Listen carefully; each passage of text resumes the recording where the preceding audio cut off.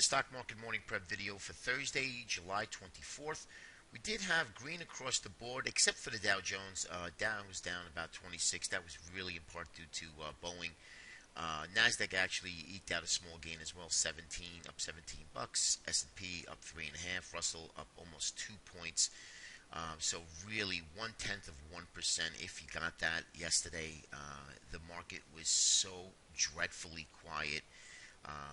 Virtually nothing going on aside from a couple of earnings plays, and if you didn't blink, you may have gotten in. Other than that, it was a quick move up and or down, and that was it pretty much most of the day. It is so dreadful at the moment because we are in the dog days of summer. Summer trading is upon us, so we have to understand that obviously while we're trading, and just really take a step back and pick your points.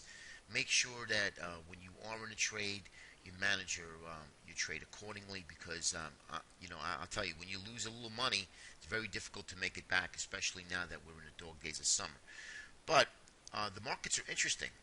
They are interesting, and it just feels like it. Not that we can trade upon it, but it just feels like there's a big move coming somewhere, and I honestly think it's to the downside. I think we grind higher into that 1990, 2000 milestone mark, somewhere around there, and I think the market sell off. And I don't think just because we're up there it sells off. I think it's just going to coordinate real nicely with a geopolitical event, announcement, something going on, because you just can't deny the fact that we have three conflicts out in Eastern Europe, Iraq, Israel, and Gaza. I mean, just something is escalating that is going to happen. It always does, and unfortunately, I hate to say it, it would be to the downside. Now, mind you, there's a lot of support to the downside. So buyers of dips will come in, they'll buy the dip, and they'll keep buying it until it hurts. And once it stops, that's when the market really starts to correct. And remember, we haven't had a 10% correction in over 3 years. We haven't had a 5% correction in many, many months. It's just not healthy for the markets to grind higher. You could see, if you're trading intraday and you're out there in front of the screens, you could see markets are not moving. Well, I should say, excuse me, stocks are not moving. There's selective few that are moving within the index, the ETF, but aside from that, stocks are not moving. You have a few earning plays, guidance, downgrades, and that's pretty much it. I mean, I have a list of 500 plus stocks, and I'm looking at, and most of them are just, it's not worth the play. So you have to be cognizant of what's happening. You have to understand how to trade this type of environment, and the best thing I can say is that be patient and pick your spots. It will come. So if you can trade 2-3 times a week and put some money in the bank, I mean, that's just the best way of doing it until we get a little bit of volume and volatility to come back into this marketplace. Remember, you don't want to wake up in the morning and now you're down 30 handles in the S&P, and that's a top.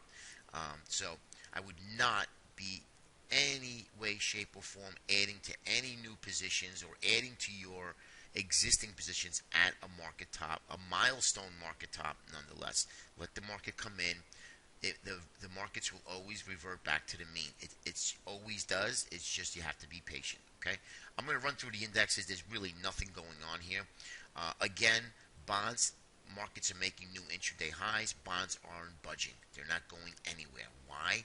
Well, because there's flight to safety. There's also a short squeeze going on in bonds. So I think that there's a bigger picture involved, and I think that that we need to be aware of this. This is not good if bonds are well bid up and the markets are actually moving higher as well. Something's got to give, and usually bonds are the smartest guys in the room. Okay, so just be aware of that. ES, new all-time highs yet again, 1984.50. Our target's going to be 96 to 2000. Usually when it hits that, it usually squeezes higher and then pushes into that 2000 milestone. So maybe we make an intraday milestone. And honestly, like I mentioned a couple days ago, I do think we see this sometime in the next few days. Okay, but it's absolutely insane. From this low in April, you can count how many down days we've had. I mean, maybe we've had 6 since in the last 3 months. It's absolutely insane.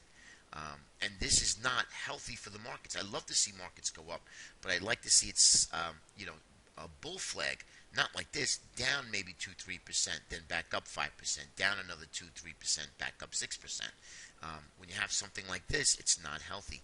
So, not trying to scare anyone, just saying be aware of your surroundings. Dow Jones, the diamonds just literally just grinding higher. Really not a very boring index. I don't even follow it, but meaning intraday, but I do on my analysis. You could see that we want to see all of the indexes humming along, obviously, and this is one of the five. So doing not much of all. Hit the 1618 club, and now sky's the limit. I think we see that 170, 155. But we do have, a mixed bag. I mean, here's the transports made another new high yet again, and now we're back up here at the upper end of this trend line. And I think it does exactly what this does again. It hits and sells off, and we're probably going to hit that maybe today. We're up about 3 to 4 handles in the pre-market, so maybe they pop them and then they drop them. So we'll see what happens. IWM, another one that I keep telling you to watch is the Russell. Maybe it does play catch up. Who knows? But until it does, you have to be aware that this is not healthy. We have one of the leaders breaking down, creating this bear flag. So I mean, we take out this low here, this 114.50, call it. Then I think you could see some further downside. Okay. And lastly is the Qs. Qs made another new high. We had Apple reported well, so that helped the Qs. So this is great, but I mean, since May 12th, May 16th, we've been literally straight up, and I think we've had maybe 3 down days in the Qs. I mean, this is a little crazy, guys. So, take a step back. Let's be a realist here in the market, and look for quality trades. Look for quality setups. Manage them appropriately, and I wouldn't be taking too many longs here. Now, remember, I mean, this market could grind higher all the way up until the fourth quarter. We can grind all the way up until December. But it's what you feel comfortable doing. Whatever I say is meaningless. It's what you feel comfortable doing in your trading plan. Remember, me personally, I'm looking for some day trades. I'm looking to put some money in the account, and then I'm walking away nice and clean with no worries at night until this market officially corrects and we get a decent correction. Then I'll start looking to build positions and buying stocks. Until then, I'm going to be very selective in trading. Pick your spots, and then make sure you sleep at night. That's the big part about it. Remember, guys, this market's a little nuts. I've never seen this in 27 years, so you want to be selective in your trading. And again, I would not be looking to add positions to your existing position at these levels. Let the market make new highs, and let's see where it goes from there, okay? All right, guys, remember, also check your earnings calendar. If you are holding something overnight, make sure you're not holding into earnings because it could hurt the account.